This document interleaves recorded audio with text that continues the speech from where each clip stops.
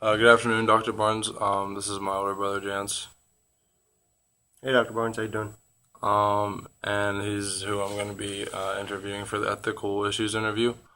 The first question I have to ask him is actually based off Batman: The Dark Knight. And in the scene of the movie, there's two ships leaving Gotham because of the crime, and they're leaving, and it's a ship full of inmates and a ship full of civilians, just like working class citizens. And the other one's full of convicts who were in orange jumpsuits. And the Joker wires up both of these ships with bombs and explosives, and he puts the detonators to the explosives of each ship on the opposite ship. And he comes over the intercom and tells the passengers, the convicts and the civilians each, tells them both that in 30 minutes, if one of the ships isn't blown up, he's gonna blow both of them up. So the the passengers of the ships then have to decide whether or not to blow up the other ship or wait. So that's my question to you, gents. If you were in the position of a passenger of one of those ships and you had to make a decision, what would you do? If you were on the civilian ship. If I was on the civilian ship and felt the threat was real, the Joker was going to detonate the ships, then I would suggest that we go ahead and detonate the other ship with the inmates. That way it would avoid both of us from being detonated, and our ship could survive. Okay. Give me a pretty good reason behind that. Would that wouldn't change if you were on the criminal ship with the people in orange jumpsuits, would it? No, same idea. In order to save yourself before they detonate at midnight, I would go ahead and detonate the opposite ship. Okay. What if you have the detonator in your hand and you're on the civilian ship and everybody tells you that no, we shouldn't blow them up. I mean, I would take it into consideration. I said most of all, I would feel how seriously I thought the threat was of being actually detonated at midnight. But if I felt that was likely to happen, then I'd have no choice. Basically, I would feel. Okay. Okay. So I'm gonna go on to another question. Um, so this one's kind of a classic. So you're the director of a train, and the brakes go out on the train, and you have five passengers on the train, or you and there's five passengers on the train. Um, and the brakes are out, so if the train keeps accelerating speed, it's obviously gonna crash and most likely kill your five passengers.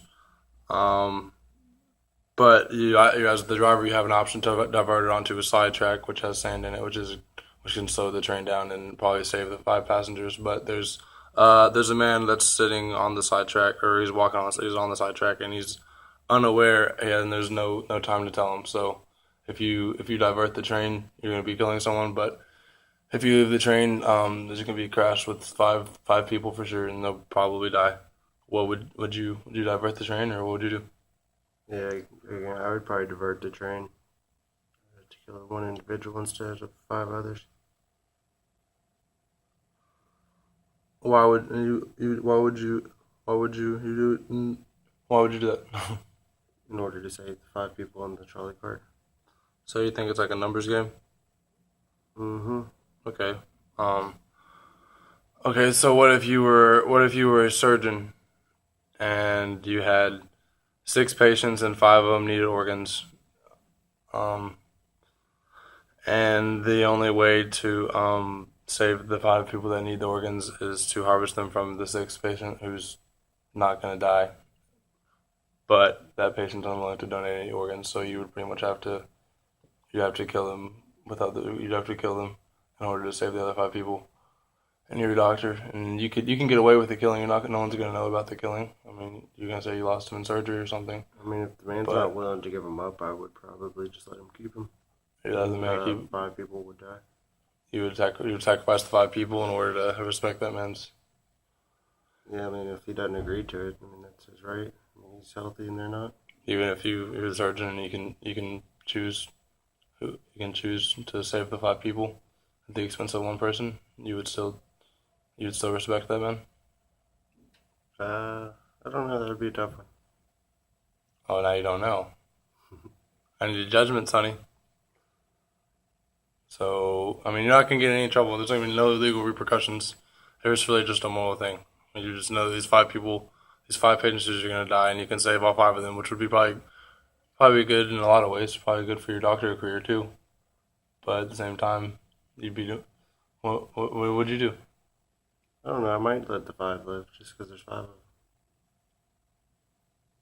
I need a definite, son. Yeah, I let the 5 live.